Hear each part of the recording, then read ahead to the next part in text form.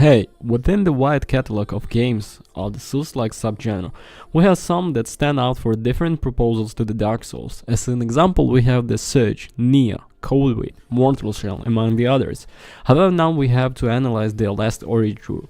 The game from the Gold Knight Studios is published by Prime Matter, a title with the every step matters.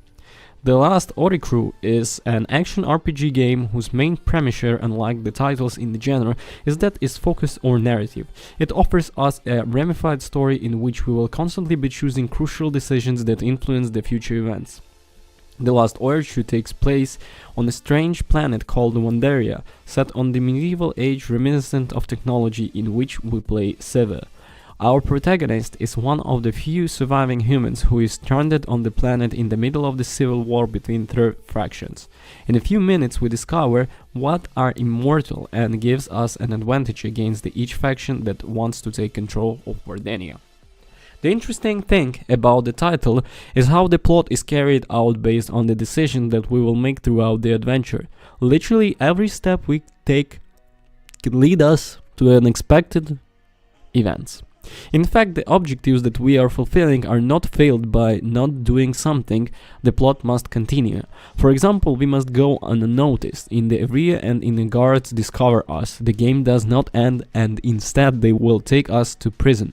At first of the three factors, we will think that we are clear about which one we should follow, but as the plot progresses we will see that things are not what they seem. Leaning towards one faction or other leads us to have them as enemies or not. Even the game invites us to play without engaging any combat, if we know how to play on cards in a conversation. A game with which story the cornerstone on the whole must have interesting characters. Yes, they are, but the personalities and the tone given to the plot are not always in line with the experience. An example is Silver himself, who has a sarcastic attitude. It is not a bad thing, but for the serious attitude the almost all NPCs will feel that sometimes it does not feel.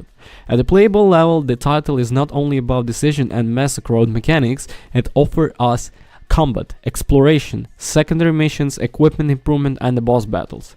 There is a faction bar which implies setting the balance for the one side or the other depending on what actions we take against or for. We will be able to get equipment and objectives that have vary levels to use some of them correctly. We must have the necessary statistics.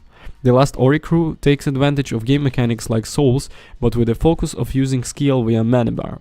We will be able to fight against individual enemies as well. With the groups we will be even have allies from the time to time from the faction that are all allies. We will have the rest places to serve, level up, improve equipment and save. Among the weapons that we can use, we will be on the other hand on different types and sizes. There will also be standard weapons and those will special secondary attack.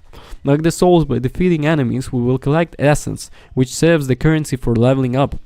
If we are defeated, we will leave the collected essence at the place of our death, and we will die again without having collected it. We will lose it.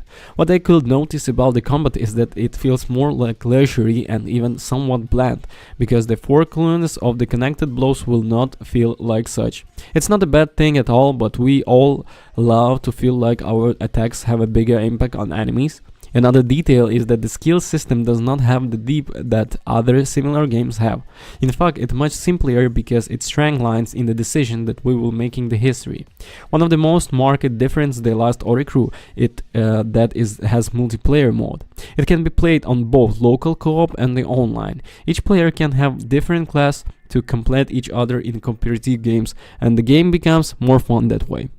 Also, in the Borderlands series, the game increase in difficulty when we are combined, but also to do the rewards. It is not necessary to play the entire game with the same partner, but access this mode must be activated in one of the resting places.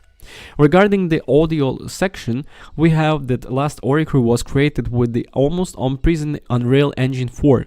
We can notice that the game has correct characters models, although almost inexpensive ambient lighting and some scary architectural structures. However, it will suffer from very obvious frame stutters at times. Throughout, no slowdowns, no other issues were noted.